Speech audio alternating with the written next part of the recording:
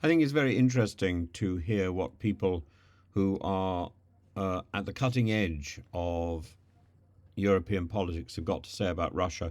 This is Radek Sikorski, who I knew years ago. I still know him, sort of. Um, where is he? Here we are. Minister Borg, colleagues, Elena has just reminded us the origins of this organization, the Helsinki process. It was basically a grand bargain between the then communist bloc, which sought the confirmation of borders in Europe, and the then West, which wanted respect for human rights in the Soviet bloc. Today, Russia respects neither borders nor human rights. There are no free media in Russia, there are no honest elections, and there are more political prisoners there than in the Soviet Union under Leonid Brezhnev at the time of Helsinki. When the Soviet Union collapsed, we encouraged Russia to become a normal democratic nation state. But they failed. It proved too difficult to emerge from their own political culture. Russia's rulers chose the path of aggressive, repressive kleptocracy. My message to the Russian delegation is the following. We are not taken in by your lies. We know what you're doing.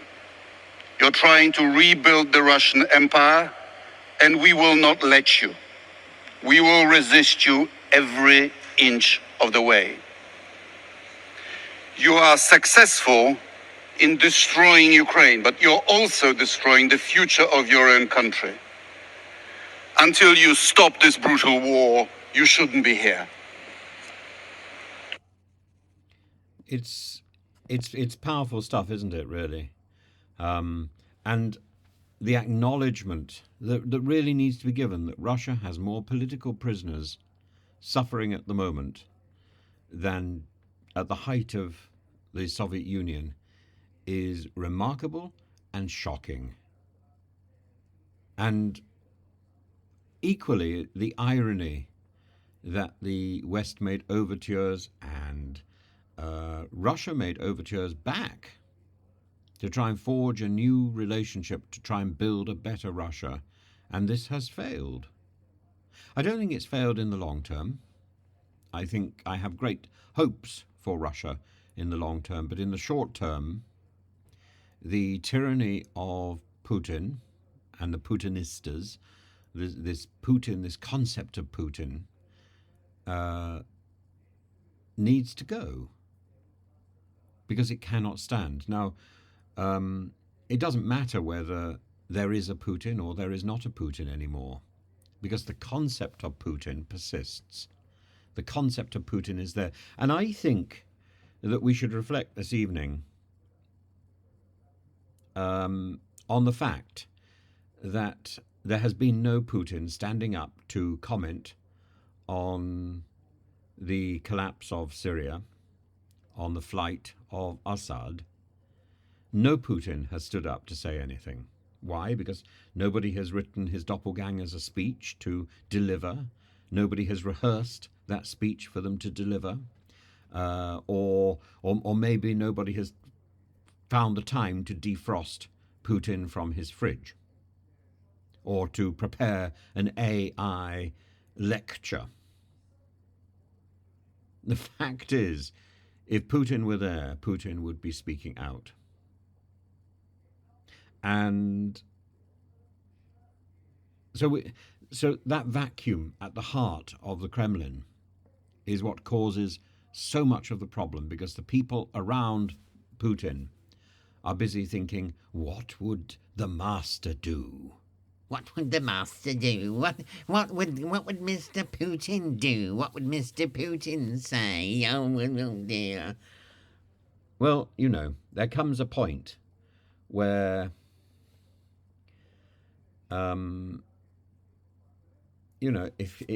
if you've lost the main character, you just have to shrug, give up, hold a funeral, and get on with the business of sorting out the peace.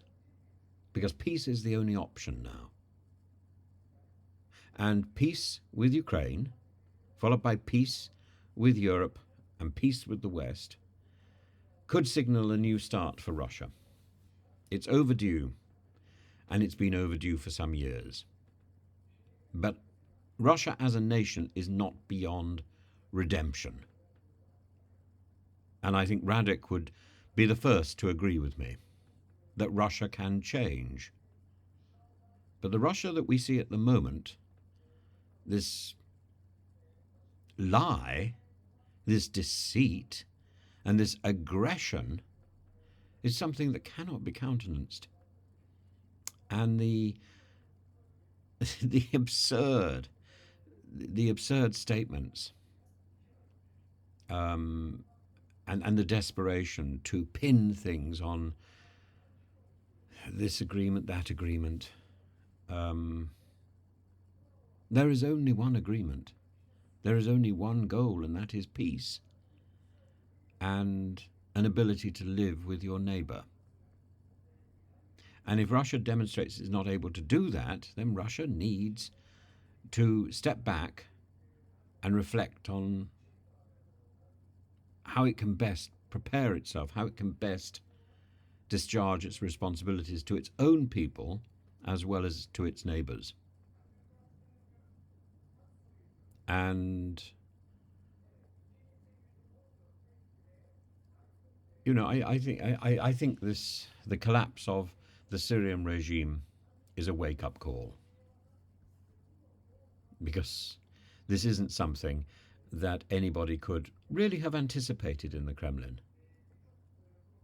And they must be sort of rubbing their hands together and saying, wringing their hands and saying, What would Putin do now? there is no answer, because Putin has never faced anything as catastrophic as this.